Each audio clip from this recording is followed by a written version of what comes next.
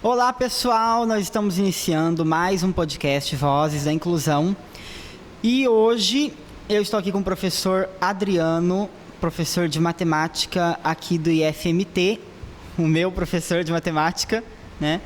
E hoje nós vamos conversar sobre as vivências, experiências dele enquanto professor e como tem sido o trabalho dele com pessoas com deficiência, como foi as adaptações, como, né, o que ele fez, né, como professor para adaptar as aulas, o diálogo com o aluno, e a gente vai conversar sobre isso. Oi, professor, como que você está? Tudo bem? Luiz, tudo bem com você? Bom dia, boa tarde, boa noite. Então, Luiz, é uma honra ter sido convidado por você e é um assunto de extrema curiosidade para mim, que eu trato com maior importância. E como eu penso, né? Quando a gente entra na faculdade e a gente aprende a arte de ensinar matemática, as habilidades, é jogado para a gente de uma maneira e a gente não levanta esse questionamento. Eu nunca fiz um curso, mas eu leio sobre o assunto. Então a gente não tem esse preparo, como se adaptar a algumas situações. Então eu comecei a dar aula com 18 anos, eu tenho mais de 30 anos de sala de aula, e a gente nós vamos encontrando situações e vamos fazer essa adaptação. Eu lembro da primeira vez, eu vou voltar, tá? Para relatar algumas coisas. No meu 5º ano do ensino fundamental, no meu auge dos 10 para os 11 anos, eu tinha um amigo de sala que era o Roberto, ele era cadeirante. Então o que acontece? Eu fiz o 5º ano e o 6º ano com o Roberto, e o Roberto mudou minha vida, ou ele introduziu no meu olhar essa questão da acessibilidade.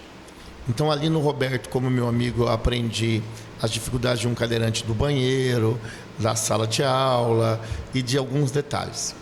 Quando eu me tornei professor, muitos anos depois, algumas situações que eu passei com o aluno Felipe, cadeirante, eu lembrava dessa situação que eu vivi com o Roberto. Então, o que eu vejo? O que é a ligação que eu faço, Luiz?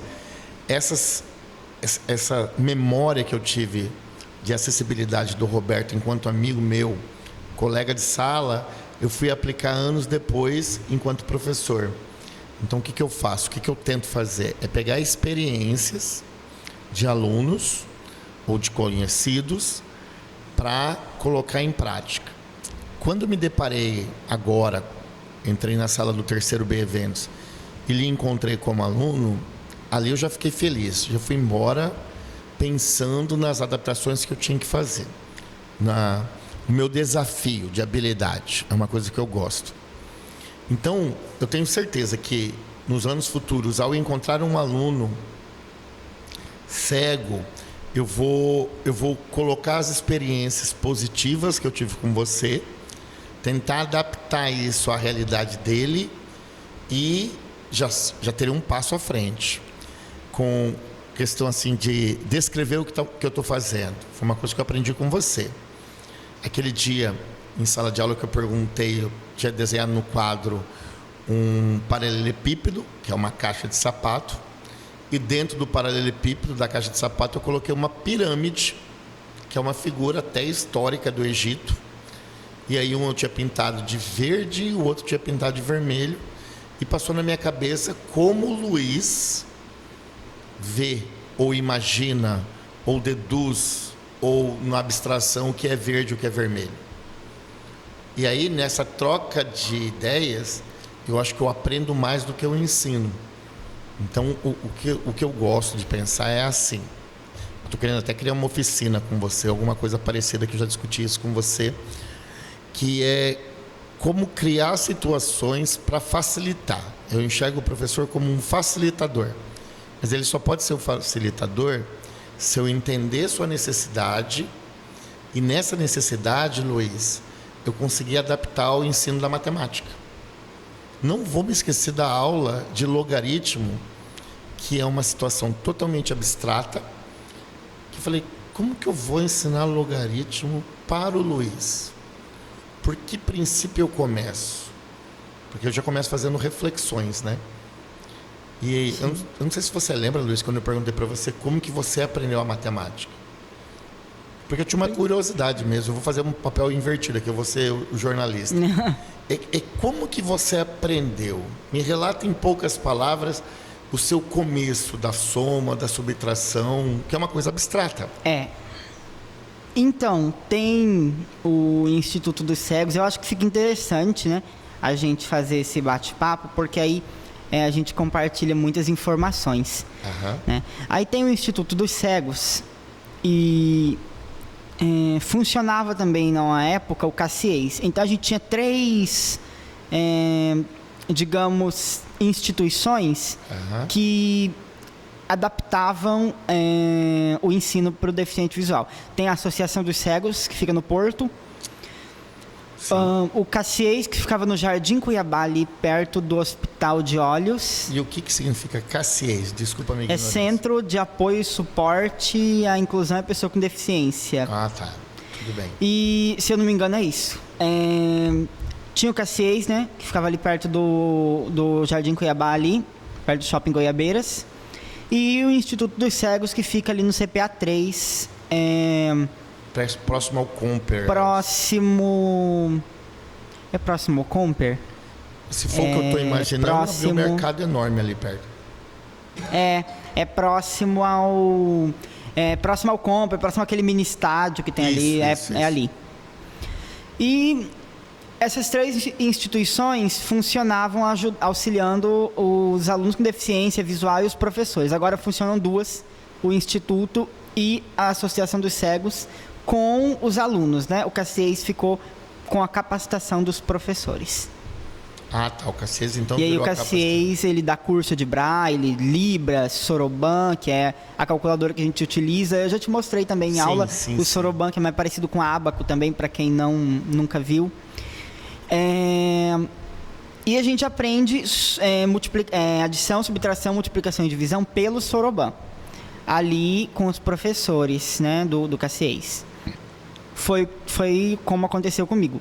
Eu aprendi Soroban por ali, o Braille eu aprendi no Instituto dos Cegos.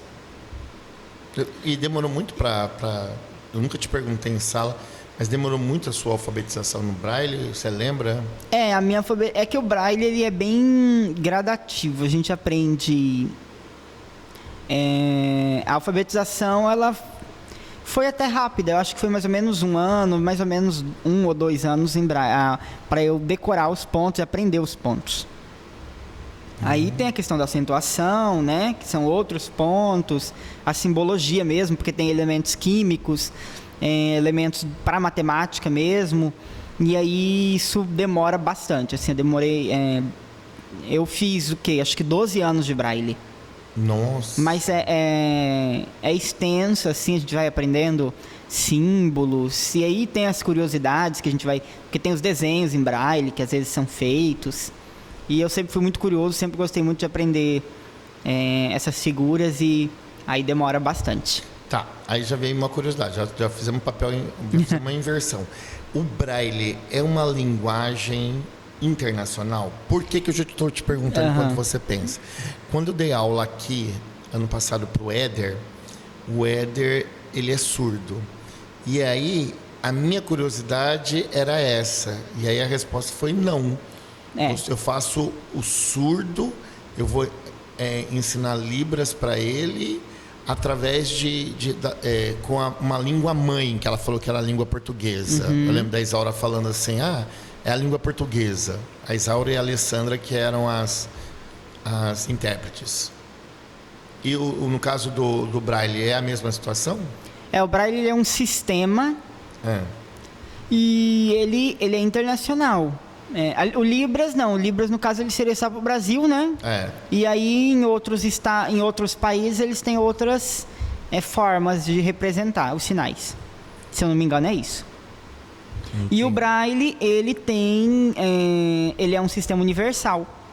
Aí dependendo da linguagem tem outros pontos, né? Em espanhol a gente tem, se eu não me engano falaram para mim que é o N-til, né? Em espanhol é N-til. Tem um N-til, se eu não me engano. Alguém me falou, algum professor falou que tinha um N-til né? Para você escrever. E o que é N1? Em braille, no caso? É porque assim, a gente tem a letra Q, e o braille é uma cela, eu até vou citar, ele é uma cela de 2 linhas, de 2 colunas e 3 linhas. E a gente classifica isso por pontos, né? 2 linhas e 3 linhas e 2 colunas. Ok, totalizando 6 Totalizando 6 opções. Aí eles vão variando, né? Tem 64 combinações, 63 combinações por causa do espaço, né? 63 ou 60... Mas por que 63? Eu vou te explicar por que o 63. Cada ponto você pode colocar ou ele ou não colocar. Sim. Cheio ou não. Então seria 2 opções. Então como você tem 6 pontos, seria 2 vezes 2, vezes 2, vezes 2, vezes 2, 6 vezes. Isso daria 64. Mas eu não tenho a ausência. Eu não posso deixar de preencher. Eu preciso de um preenchimento, pelo menos. Então, essas 64 opções que eu tenho, uma delas é a ausência de tudo. Sim, que seria o espaço entre um... Esse aí, exatamente. Por isso que vira o 63, que é o espaço. E aí a gente já tem uma explicação lógica do braille. Peraí, Luiz, sabe como que eu sei isso? Porque foi uma questão do Enem. Ele colocava o sistema Braille, eu vou procurar para você em sala e vou te mostrar. Ele colocava o sistema Braille, ele citava o A, o B, o C, e ele perguntava, utilizando essa linha de raciocínio, ele fazia uma explanação disso que você acabou de falar, de 3 linhas e 2 colunas. Não, 3 linhas e 2 colunas. E ele perguntava, com base nisso, quantas opções nós temos de simbologia? Então o aluno ficava 120, 300... E aí a explicação lógica era bem simples. Cada célula que você tinha... Cada célula, né? Ou cada ponto, não sei como que você cada chama. ponto. Você tinha as opções de ou preencher ou não. Então daria 6, que é 2 vezes 2 vezes 2 vezes 2, que é sim ou não, sim ou não, sim ou não. E daria 64. Mas o gabarito era 63 da questão do Enem. E eu fiquei 63, que aí vem a sua explicação, que é o espaço. Espaço. Isso. E a gente classifica esses pontos do menor para o maior. Então, isso é para explicar o N-til. A gente tem o Q, que é o ponto 1, 2, 3, 4 e o 5. É o Q. E o N-til ele seria o contrário do Q. Seria 1, 2, 4, 5 e 6. E aí, foi só um exemplo que eu quis citar para dizer que ele é um sistema universal, mas tem as suas particularidades dependendo do país. Porque a língua vai mudando, porque então a língua tem uma muda, adaptação. Entendi. Então tem uma adaptação. Agora faz sentido. E o Libras, no caso, seria a língua brasileira de sinais. Ela é montada, foi a explicação que eu vi, depois eu entendi. Ela é feita, né? Não sei se pode ser a palavra feita, em cima de uma língua-mãe. E aí a língua portuguesa seria a língua-mãe, e ela ia montada.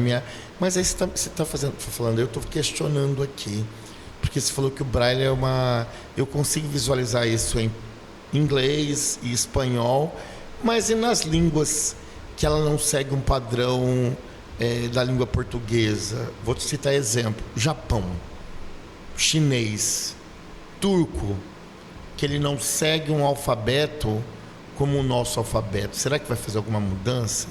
Você me levantou um questionamento aqui, Luiz, na minha cabeça. Aí vale a pena a gente tentar fazer uma pesquisa, e eu acho que eu conheço uma pessoa que pode esclarecer nossa dúvida. Inclusive é uma boa profissional para a gente chamar para o nosso podcast, que é a professora que a gente chama de Rosinha, né?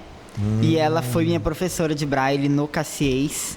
Ela, nossa, uma mulher incrível, fazia as adaptações em Braille. Inclusive eu tenho muita coisa legal de Braille para trazer. Quando eu tiver oportunidade eu te mostro. Tem várias coisas legais. Mas a gente estava falando da matemática. Sim. E aí a gente aprende o Soroban, né, com os professores ali. E aí a gente segue para o conteúdo. Você tinha quantos anos, mais ou menos? Desculpa, eu tinha mais ou menos, quando eu terminei, uns 8 anos, 9 anos, quando eu comecei a usar o Soroban no ensino regular. 9 anos. E aí a gente começa, né, com o conteúdo ali do terceiro ano, com as adições com reserva, né? Subtrações com reserva. O que não é difícil no Soroban, porque o Soroban ele segue essa mesma... ele segue a mesma ideia da subtração com reserva, por exemplo. Então ele segue, por exemplo, você tem que emprestar e aí você devolve. E eu falei que a gente fez o papel inverso aqui. E qual foi das 4 operações? Soma, subtração, divisão e multiplicação que você teve mais dificuldade? A divisão no Soroban. E também sem ele. A divisão foi a que eu tive mais dificuldade. E vou fazer agora um testemunho de professor, tá? Muitos alunos da sua ou seja, do terceiro ano do ensino médio, ainda até hoje têm a dificuldade de divisão.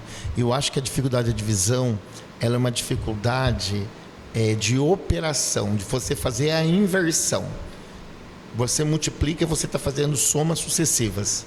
Quando você divide, que você faz o inverso da multiplicação, dá um exemplo que você é muito bom. Quando eu pego 16 e divido por 2 e tem que provar para a criança ou para o adolescente que 2 vezes 8 é 16, esse processo não é tão simples na cabeça. E aí já surgiu uma outra dúvida que eu quero te perguntar. Quando você entra em algum local, já que você tem uma memória não visual, então você entra e aí você tem que fazer esquerda, tem que fazer direita, tem que fazer anti-horário, tem que fazer horário. Quando você sai desse local, as inversões, virar à direita, se transforma na saída, virar à esquerda, contornar no sentido horário, na volta no sentido anti-horário, é uma coisa fácil para você? Teve que ser, né? Assim, teve que se tornar fácil. Eu tive que aprender, foi uma questão de locomoção, e isso a gente aprende até hoje. A gente nunca, nós que temos deficiência visual, a gente nunca termina essa disciplina de locomoção e mobilidade. Sempre está em constante evolução. A gente sempre está, porque eu posso citar os exemplos das calçadas de Cuiabá que são precárias, e aí a gente tem que aprender. Posso citar o exemplo também aqui do IF, que sempre tem uma coisa mudando de lugar, sempre tem, por exemplo, uma placa no meio do piso tátil, que só hoje eu encontrei 3. Como assim uma placa no... Desculpa. É placa porque às vezes estão limpando e colocam molhado, você coloca em cima do piso tátil, então eu tenho que desviar e acabar passando definitivamente pelo molhado. Aí eles colocam... Tem isso. Olha, eu nunca tinha parado para pensar. Eles colocam a placa em cima do piso tátil. Aí eles acabam... Aí o que acontece? Eles colocam aqui a placa, no caminho aqui, eu quero para se tornar uma acessibilidade, eu tenho que desviar, passar agora direto pelo molhado, que o piso tátil ele é antiderrapante. Aí eu tenho que passar direto pelo molhado. E vou ficar mais atento a isso, eu não tinha parado para ocorre pensar. Toda essa confusão. Então, é uma disciplina que nunca termina, que a gente sempre tem que estar em constante aprendizado ali. Eu vi um documentário, Luiz, eu vou pensando aqui, que você caminha com auxílio do guia, mas você não consegue, e eles não param para pensar, falando já em política pública, colocar placa na altura, porque você passa o guia embaixo, mas em cima você não tem a visão de quanto que essa placa tá estendida. Já aconteceu alguma situação de você ver o embaixo, ou sentir embaixo, né? E bater a cabeça, alguma coisa assim? Comigo, não. Assim, eu nunca bati, porque eu tenho um vulto bem leve. Eu enxergo um vulto bem leve. Então, assim, é capaz de quando eu estiver quase para bater, eu ter esse reflexo mínimo e conseguir desviar. Mas você tem um vulto ainda. Um vulto muito leve, muito perto, assim, eu tenho que estar muito perto de alguma coisa, de um obstáculo, de um objeto para identificar.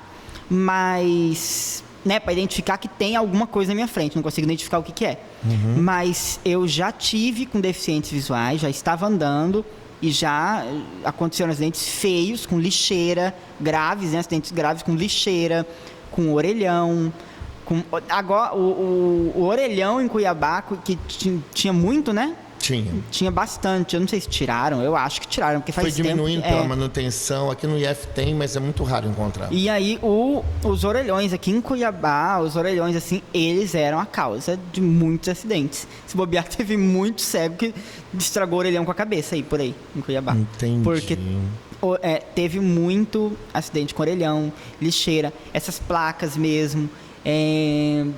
São muitos acidentes, que a guia vê embaixo. A gente detecta embaixo o que tem. Mas em cima... Tá. E aí tem essa barreira, né? Que a gente faz com a mão. Você faz a barreira. Aqui com essa mão, né? Que essa tá com a guia. Se a gente tem noção de que tem uma árvore, por exemplo. Árvore também. Galhos de árvore. Ou essas lixeiras, a gente sabe que tem, né? Pelo costume de andar ali naquele local, a gente já faz aqui. Pra não ter. Tá. Você falou em sala. E a gente o rumo era uma coisa, mas aí vai surgindo a curiosidade para esse podcast aqui. Mas é interessante porque a gente vai esclarecendo dúvidas, né? Você falou que você sai sozinho. E aí eu fui embora, eu entro no carro e fico pensando, né? Eu queria um exemplo. Você sai sozinho da sua casa e vai para onde? E como que você faz para se localizar? Qual que é o seu senso de localização? Qual é o treino? Ultimamente eu tenho andado muito sozinho, assim, eu saio muito sozinho. Eu gosto muito de sair sozinho. Eu tinha esse medo, eu tinha esse receio. Até quantos anos? Até os final dos 18, início dos 18, porque Sim. eu sempre saí muito com a minha mãe, eu era menor, então tinha que sair com a minha mãe sempre ali. E sua mãe naquela proteção? Minha mãe tem a proteção. A minha mãe, ela, graças a Deus e ao estímulo das professoras, das profissionais que me deram aula de orientação, a minha mãe, ela não tem tanta proteção como outras que a gente vê. Ela foi orientada. Ela foi orientada a me deixar um pouco mais livre, a me estimular a conhecer os lugares. E ela, sim, ela me deixou bem livre. Eu sou até muito...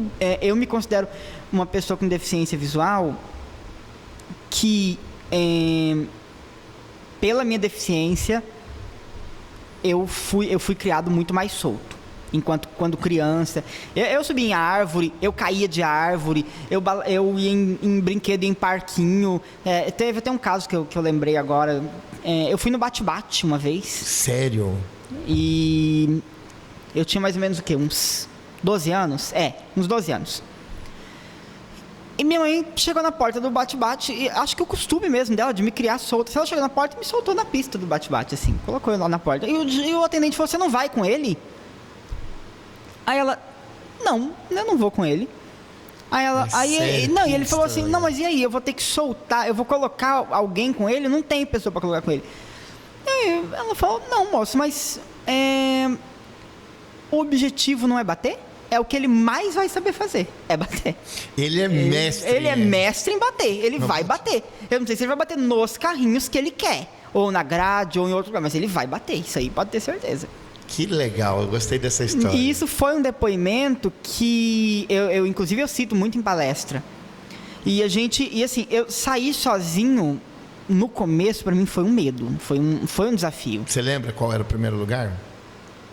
Escola mesmo, assim... Era para ir sozinho de casa. Eventos mesmo, porque eu sou músico, às vezes tem que tocar em algum lugar. E sair sozinho para mim foi complicado. Como que eu vou sair sozinho? Minha mãe falou, você tem que ir, você precisa sair e conhecer. E eu fui sozinho com aquele medo todo, que eu peguei um ônibus, eu fui até a escola, eu fiz a minha apresentação e eu voltei. Agora tem o recurso do Uber, né, dos aplicativos, do aplicativo de corrida, tem até o aplicativo que mostra, né? Ele vai narrando? Tem um aplicativo que mostra o ônibus, né, o horário do ônibus, então não precisa sair muito cedo ou muito tarde. E tudo isso é narrado? Os aplicativos, ele vem com som? O leitor de tela do meu celular, ele já é um recurso de acessibilidade, e aí eu navego nos aplicativos por ali. Mas hoje... eu saio sozinho para shopping, para barzinho que eu quero frequentar, para locais, né, eventos. Você acha que a tecnologia ajudou nesse sentido? A tecnologia ajuda muito, porque a acessibilidade dos lugares aqui não ajuda. Se eu fosse só pela acessibilidade, talvez em muitos lugares que eu já fui sozinho, eu teria chamado minha mãe. Porque a tecnologia, a acessibilidade daqui não é tão boa quanto de outros estados. Você já frequentou algum lugar que você falou, nossa, que acessibilidade bacana? Que você ficou surpreso Shopping Estação. O Shopping Estação. Porque... É o melhor exemplo aqui em Cuiabá. É um dos melhores exemplos. Quer ver? Goiabeiras também. Mas o Goiabeiras, talvez por ser perto do Caciés, eu não sei se é por isso. Se tem alguma identidade a isso. Mas o Estação, ele foi construído mais ou menos quando surgiu uma lei que não deixava nenhum prédio ser construído se não tivesse as normas de acessibilidade. E aí o Shopping Estação já veio... Aí o Shopping Estação, ele teve que aderir a essa lei e ter acessibilidade.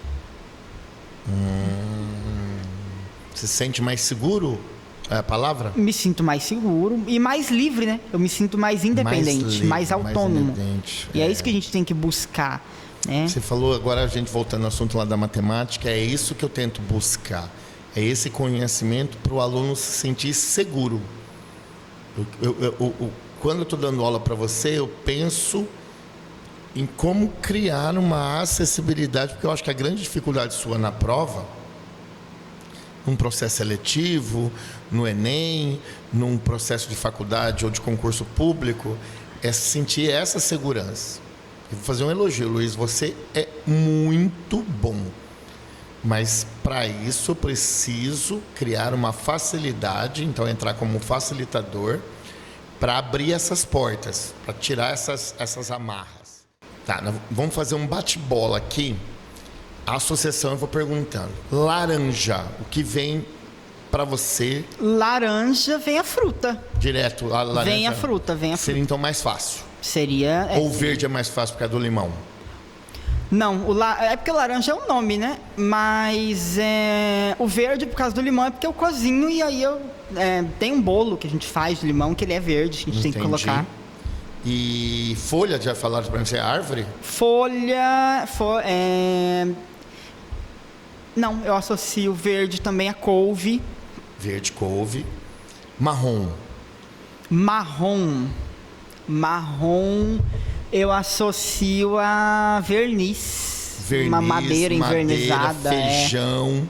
Feijão tem feijão marrom. Feijão não sabia. Não o feijão da feijoada. Não o feijão da feijoada. É, né? que eu acredito que ele é um pouco mais ácido, o feijão preto. Que é o feijão da feijoada. O feijão carioca, que é o marrom. O feijão carioca. Carioca é o marrom. Então, aí eu fico associando. Marrom, gostei da árvore. E deixa eu pensar aqui, rosa. Rosa. Rosa eu associo a flor mesmo, a flor rosa, que eu não sei, porque me falam rosas vermelhas e aí eu fico confuso. Então, mas é que a rosa, ela tem tons. Então eu tenho as rosas, que vem esse nome, só que existe o botão da rosa que ele é vermelho. Então ele é como um tomate mesmo. Sim, o botão já vi. Esse botão, ele vem com uma cor do tomate. Como o sangue que você falou lá. Mas existe o rosa também, que ele é uma cor mais suave. Deixa eu ver uma coisa na natureza que é rosa. Eu acho que quando uma pessoa é muito branca, quando ela fica com vergonha, o tom de pele dela fica um rosado. Então, aí você tá vendo? Você viu que tem cores que são mais difíceis de assimilar. Sim. Por exemplo, o rosa. O rosa já não é tão o rosa é mais difícil do que o azul. O azul a gente consegue pensar em outra coisa. Por exemplo, sei lá, o azul dá de pensar em... O rosa não é, né? O rosa já é uma... Então, mas aí você não falou do azul. É que eu tô fazendo esse exercício, essa técnica com você, porque eu parei para refletir isso. O azul. O que eu pensaria em um azul? E assim, não sei se no Brasil você sabe que por muito tempo era definido que o azul... lembrei. Muito tempo não, ainda é definido. Quando você vai fazer um chá revelação de sexo da criança, sim, eles utilizam fumaça azul, balão azul, alguma coisa para representar o sexo masculino. E o rosa é o contraponto. Aí eu posso... então eu posso dizer, por exemplo, que o azul está mais voltado para o preto. O azul está voltado para o marrom. Isso. E o rosa mais para o branco. O branco com vermelho. Na realidade, o rosa é a criação da mistura do branco com o vermelho. Então, aí são, por exemplo, coisas que são difíceis de imaginar, né? Porque, por exemplo, eu posso associar branco ao papel, mas eu não sei, alguém me falou que papel reciclado não é tão branco. Não, o papel reciclado ele é uma mistura indo para o marrom. Então, foi alguém, eu não lembro quem falou pra mim. É isso mesmo, é indo para o marrom. Aí você pode falar do papel, então assim, eu nunca trabalhei cores, associações. Já tem muita gente que questiona, se a gente sonha também. Já me perguntaram isso. Mas por que achou que você não sonhava? Não, me perguntam não se a gente sonha, me perguntaram como que a gente sonha. Ah, eu entendo por que essa pergunta, Luiz. Porque o sonho, a gente faz visualizações. Então, e não necessariamente sejam visualizações, pode ser memórias. Sim, me perguntaram isso, como que você sonha. E o seu sonho tem você lembra? Eu lembro do meu sonho, eu lembro o que eu escutei nesse sonho, o que falaram comigo, quais são os sons do sonho. Ah, então os sons. O meu sonho ele é mais áudio, toque, eu lembro, né? Isso eu lembro, o que eu peguei, o que eu fiz.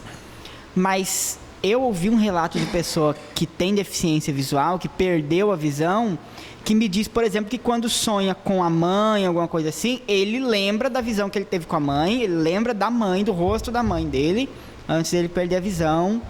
E quando ele sonha, por exemplo, com um amigo que ele conheceu depois de cego, ele sonha em áudio. Ah, você me deu uma informação que eu nunca tinha imaginado. Então, já escutei isso. Então, quando ele conhece um amigo que ele não visualizou, ele sonha em áudio. Ele sonha em áudio, sonha escutando a fala, o que ele fez, né? A memória vai remeter ao áudio. E quando é a mãe que ele visualizou. Então, você acabou de deixar mais confuso ainda, não do sonho, mas do azul e do rosa. Então. Eu não tenho uma representação. É muito difícil achar uma planta azul. Existe, mas é muito difícil você encontrar, Luiz. Comida azul. Você já experimentou uma eu não vou lembrar o nome, americana, é uma fruta bem pequenininha, blueberry. Blueberry, conheço. Você já tem alguma receita que você faz com blueberry? Tem um drink. Essa fruta, ela tem eu não sei se é madura, não vou falar aqui porque eu não tenho conhecimento mesmo, mas você encontra ela azul. Inclusive, quando você falou do azul, foi mais ou menos o que veio. Foi mais ou menos o que veio na minha cabeça, assim, um licor de alguma coisa. Aí veio isso na minha cabeça, porque eu já tenho essa já cor tenho azul esse... Tem porque me falaram que é azul, né? Isso aqui é azul, não sei, é porque ficou bonito em um drink que eu coloquei, né? Um toque. Ele é diferente.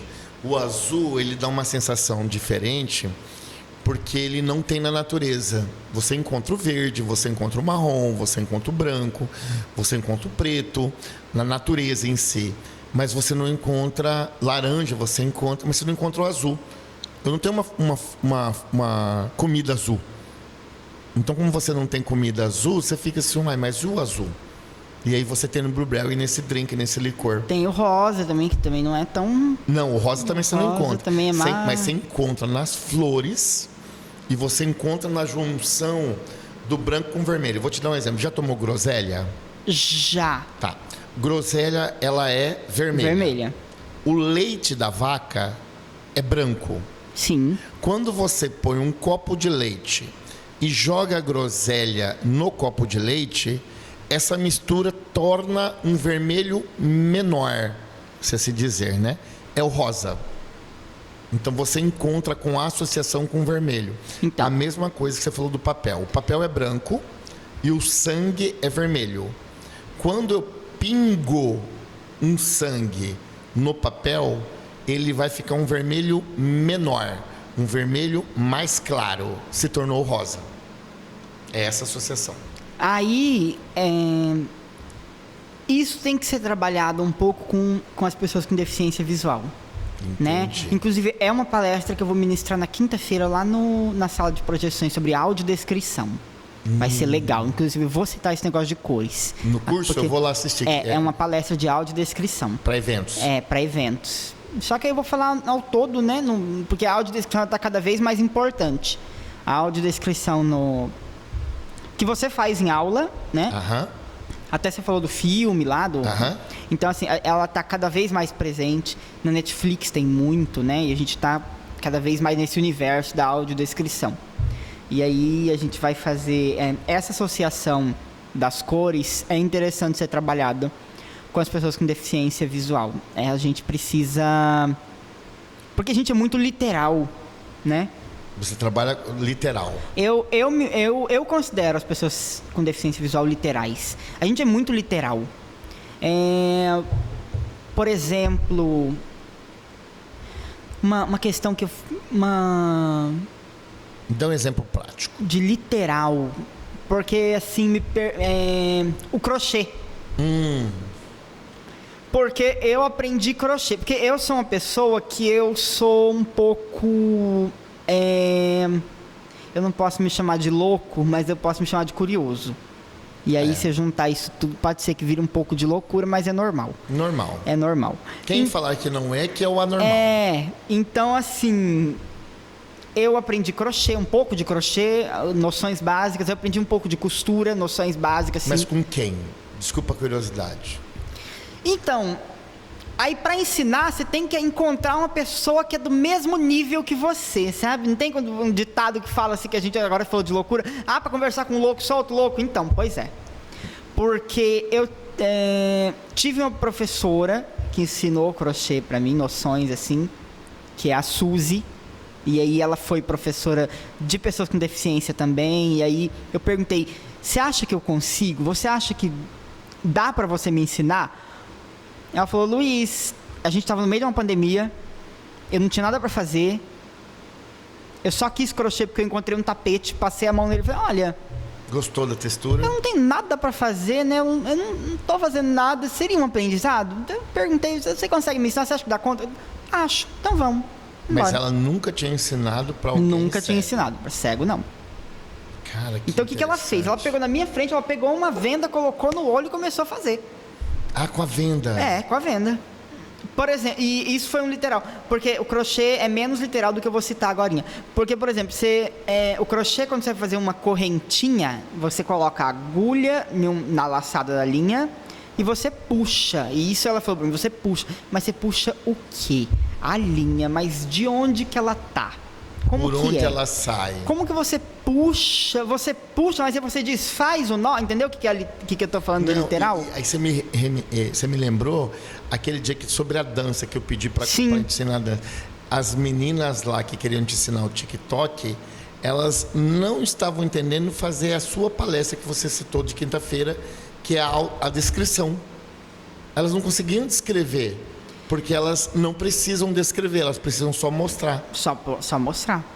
E aí, quando tem que descrever, que você começa a sair da sua zona de conforto e fala assim, mas será que eu consigo descrever? Outro exemplo de literalidade foi, por exemplo, que eu mudei para uma casa que tinha churrasqueira e fogão a lenha. Sim, agora, é a mesma casa que você está morando? Ou antes? Antes. E...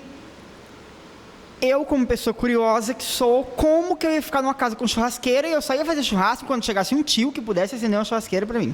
Não, não dá. Eu vou ter que aprender. Aí eu falei com meu pai. Não, na verdade, fui olhar um vídeo no YouTube, que é outro meio que a gente aprende muitas coisas, mas a gente fica em dúvida de muitas coisas também. Tá, mas já uma outra coisa que eu percebi em você convivendo esses meses.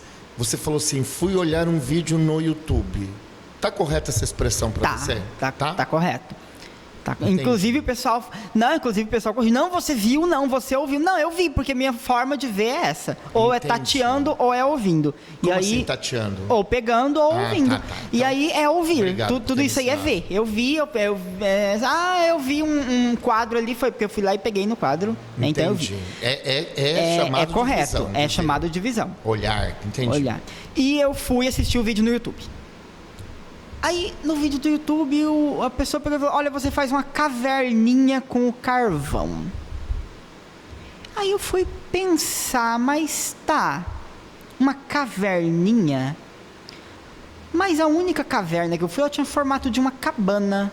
não tem como eu fazer uma cabana com uma coisa que desmonta, que ele não vai parar. Eu vou ter que colar para ele virar uma cabana. É que na realidade Porque ele falou caverna, e a caverna, ela seria... não tem esse bico da cabana, porque ela só tem um buraco. Então, mas aí o buraco seria para... É inversão da caverna. Então, seria a inversão da caverna. Ela não tá para frente, ela tá para cima. E no caso seria... ela tá para baixo, né? Como se fosse um buraco. Ele quis falar, faz era um para ter... Se falasse faz um buraco, eu ia saber. Porque, né? É a mesma coisa de você falar, faz um buraco no trigo e coloca o fermento de pão lá dentro. Entendi. Então, assim... Mas a expressão da caverna dele, eu acredito que estava certa. Estava correta. Para quem estava vendo, eu acredito que estava certo. É porque o que ele quis dizer, vou tentar sem tocar em você. Ele quis dizer, coloque os carvões como se fosse uma escada e fecha ele num buraco que vai ter a ideia de uma caverna. A ideia. A ideia de uma caverna, mas a caverna está para baixo. Era muito mais fácil ele ter falado, por exemplo, faz um vulcão. Isso. Para mim. Isso. Para mim seria mais fácil. A caverna que ele quis dizer seria o vulcão. E aí eu fiquei, porque isso para mim, aí foi difícil. Aí ele falou da caverna. E você imaginou que tinha que ficar deitado? Eu imaginei que eu ia ter que pegar eu ia dar um jeito de fazer o carvão ficar assim, uma montanha assim. E o buraco aqui embaixo. Um buraco entre meio, o carvão. Eu pensei que ia ter um vácuo aqui. Entendi. Era para ser um vácuo, né? Porque uma caverna. Mas ele não fez o vídeo para não fez cego. Para mim, não fez. No YouTube não tem um vídeo para. Por quê? Não tem. Olha um filão legal aí que você acabou. Por que o YouTube não tem? Porque é o que eu tô te falando, não é normal que um cego queira fazer um churrasco, não é normal. E eu posso dizer, infelizmente eu posso te dizer, não é normal que um cego queira fazer um churrasco. Não é normal um cego que cozinha, não é normal que não é normal, cego músico, não é normal um cego que queira, não é normal um cego que queira sair sozinho para por exemplo, um bar. Eu cheguei em um bar, um restaurantezinho, um barzinho aqui em Cuiabá. E me perguntaram, cadê meu acompanhante? Cadê? Aonde tá? Não tem, é só eu mesmo. Mas você, aqui tem drink. Eu falei, eu sei, foi para isso que eu vim. Mas você bebe? Bebo, sim.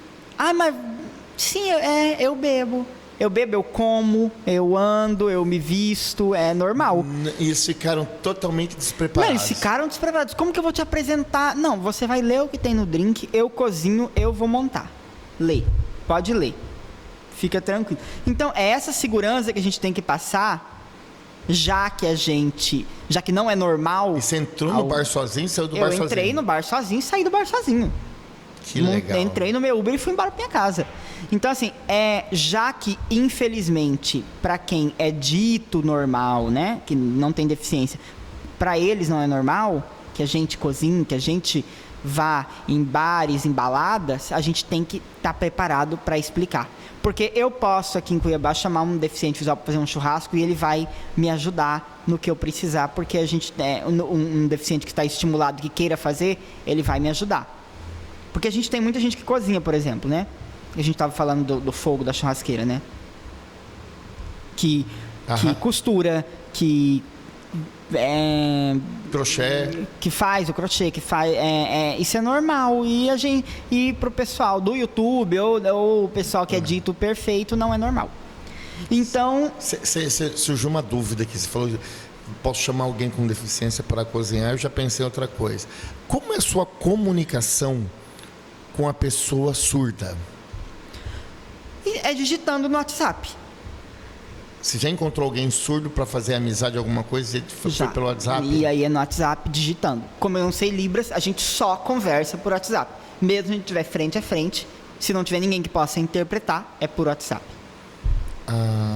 Ele usa o aplicativo dele, você usa o aplicativo seu, e assim vai. Era para ser Libras tátil, porque tem Libras tátil. O sinal feito na mão da gente, em Libras mesmo, e era para ter. Eu ainda não sei... Estou aprendendo, vou começar a aprender, né? Estou começando aqui com a Leandra, com a Isaura, que eu preciso mesmo disso. Mas Não, enquanto né? enquanto não, é por WhatsApp. E aí eu fiquei pensando como seria, né? Voltando ao vídeo lá, como seria a caverna. Porque isso não saiu da minha cabeça. Tinha noite que Estava sozinho. Eu estava sozinho. Nas suas reflexões. E tinha noite, por exemplo, que eu não... Quando eu perdia sono, quando eu acordava de madrugada, que eu estava pensando nas outras coisas, eu pensava, e aí, caverna, como que é? Como que seria essa caverna? E agora? Aí eu liguei pro meu pai. Não, liguei pro meu pai 5 da manhã. Pai, vem cá. 5 da manhã? 5 da manhã. Ah, Luiz, nós vamos fazer um churrasco hoje de manhã. Vamos, agora vem aqui, corre aqui. Vem cá. Mandei o vídeo pra ele, falei, é a caverna, como que é? E aí, como que foi feito? Porque minha mãe não sabia acender, né? Meus pais, eles não moram juntos e minha mãe não sabia acender. E aí eu liguei pro meu pai e falei, pai, vem cá. Vem cá que eu preciso de você, que senão eu vou pirar.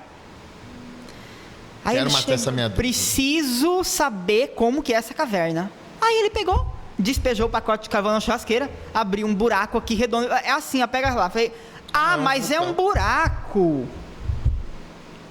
Então, literal, que era a caverna, virou um buraco. Era um buraco, não era uma caverna. Não, eu falei, não é uma caverna, é um buraco. Isso é um buraco, não é uma caverna. Porque para ser a caverna, na minha cabeça, eu tinha que montar por cima, que são as pedras ali do lado, e fazer o buraco de entrar lá dentro da caverna. Sim. Que não seria para cima o buraco. Que não seria para cima, seria para dentro, né? Para frente. Para frente. E ele me mostrou, e aí deu tudo certo. Eu já fiz muito churrasco, adoro. Fogão a lenha. Mas aí você coloca o quê? Para queimar? Álcool? Geralmente eu acendo com papel e óleo. Papel e óleo. Mas já acendi com álcool também, quando não quis pegar. E como que você sabe... Desculpa. Como que você sabe que tá no ponto? Com mão, com tato? No ponto a carne? Não, fogo? O fogo. Fala assim, agora eu vou colocar a carne. É no tato. Mas não é perigoso queimar? É perigoso. Mas... E o ponto da carne? Já me deu outra curiosidade. O ponto da carne é no tato. É no tato. No paladar? No paladar também, mas principalmente no tato. Eu consigo pegar e falar, tá mal passada, tá ao ponto. Pelo tato você consegue definir se tá mal passado ou ao ponto? Consigo. Por treino? Por treino, muito erro. E aí a gente consegue definir. Tá, mas era sua mãe falando, não, Luiz, tá cru. Ou não, Luiz, passou do ponto. Ou você via pela mão e colocava o paladar. Então, minha mãe, é o que eu te falei da minha mãe, que me criou muito solto. Minha mãe me dava um bife, frita aí. Aí eu ia lá. Mãe, tá no ponto? Não sei, vê aí. Você tem que descobrir. E aí tinha bife que eu experimentava cru. Claro que isso não perdia, né? Ela voltava, fritava e né, me entregava. Tá, não passava do ponto. O que passava do ponto, geralmente não queimava, porque se queimasse ia saber o cheiro. Mas aí ficava bem passado, ficava meio duro, ressecado. Né? É meio ressecado. E aí, né, até que eu acertei mais ou menos, ela falou, ó, esse é mal passado, esse é o ponto e esse é bem passado. Que legal. É assim que tem que ser. E aí, tudo é na prática, porque a gente é literal. E qual foi a comida? Já veio outras perguntas. Eu falei que vou fazer o papel de jornalista. É massa. Qual é a comida que gerou mais dificuldade para você encontrar esse equilíbrio? Eu não tinha pensado na carne, mas eu já pensei em outras. Como que você passou do cru pro ponto, pro queimado? Qual é a comida que gerou mais dificuldade? Macarrão. Macarrão tem um negócio do ponto. Só que o macarrão para mim não foi tão complicado, porque aí a gente pega o garfo e prova. E macarrão é prova, não adianta, você pode ver o tanto que você quiser. Você pode enxergar o tanto que você quiser, macarrão, tem que ser prova. Eu faço o lance de jogar ele ou no azulejo que está perto, ou eu pego e enrolo ele e provo mesmo. Não tem essa de ficar no olhômetro que não dá. Não, macarrão você pode ver o tanto, você pode ser a pessoa que enxerga melhor da vida, que é capaz de ainda chegar aí. E o estrogonofe? O estrogonofe, por exemplo, o estrogonofe foi uma questão, foi uma coisa que para mim não foi tão fácil. Porque eu fazia uma dificuldade no estrogonofe. Eu fazia estrogonofe errado. Qual que era? Eu fazia errado. Geralmente eu colocava, porque, por exemplo, às vezes a gente faz 1 quilo de carne, aí vai ter estrogonofe de 1 quilo. Entendi. E eu pegava uma panela e colocava aquele 1 quilo de carne. Aí soltava água, aquela monte de água assim.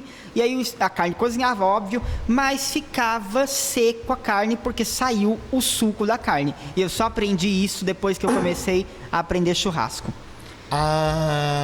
Aí eu aprendi, não, mas se o suco da carne não sai quando assa, não pode sair quando frita. Então o que é? Selando a carne aos poucos na panela bem quente. Não é isso que o pessoal já vou aprender fala? outra coisa. Como assim? Explica aí esse selando aos poucos. É uma frigideira bem quente, com um fio de óleo, e vai 1 quilo de carne, você não vai colocar tudo. Eu, por exemplo, se fosse, sei lá, 1 quilo de carne em uma frigideira de 30 centímetros, que é uma frigideira relativamente grande, eu ia selando de 250 ou até de 200 em 200 gramas. Para evitar isso. Para evitar o monte de água. Então, é uma questão de prática. E eu consigo, por exemplo, chegar e dar uma oficina disso aí, explicando a mesma coisa. Para uma pessoa que não enxerga ou para uma pessoa que enxerga no áudio mesmo. Porque ele gera água, né? Gera água, e aí se ele soltar toda a água, ele fica seco. Que é a mesma coisa do lagarto, ao molho madeira. Você falou aquele dia do molho madeira. Conta aí. O molho madeira? Eu lembro que eu estava perguntando, aí você falou do molho madeira, eu falei, eu não tenho noção. É o molho madeira com vinho tinto, né? Sim. O molho madeira com vinho tinto seco, ele é feito do fundo da panela da carne. Você sela a carne. A gente sela a peça ali, bem quente, igual eu falei mesmo. 250 gramas mesmo. Não, aí o lagarto, ele é uma outra questão. O lagarto, um lagarto tem mais ou menos o quê? 2 quilos, né? 1,5 quilo, uma peça. 1 quilo e pouquinho. A gente pode comprar mais ou menos isso aí. E aí você não pode fatiar. Eu não gosto. Você faz a peça inteira. A gente sela a peça inteira para manter a suculência da carne. Entendi. Você vai só selando a carne e a peça inteira. Então a gente joga ela na panela bem quente, vai selando de todos os lados até que fique bem selado. Só que por dentro ela tá crua. É o que vai manter a suculência dela, né? E aí a gente, lá naquele fundo, naquela crosta, a gente vai colocar a cebola, o alho, os temperos, porque aí a peça está selada crua. E é esse também o segredo do estrogonofe, é selar sem tempero para não juntar água. O sal desidrata, né? Sem tempero. Então a peça é selada crua, os temperos são colocados ali dentro, e aí a gente vai selar e vai colocar o vinho tinto. Aí sim vai fatiar a carne e colocar lá dentro para cozinhar. Mas o processo esse deu mais complicado. É um processo um pouco mais complicado, porque a gente vai fazer do fundo da panela com a cebola, que vai caramelizar, então vai dar mais a cor. Isso me falaram, né? E aí vai dar a cor, tem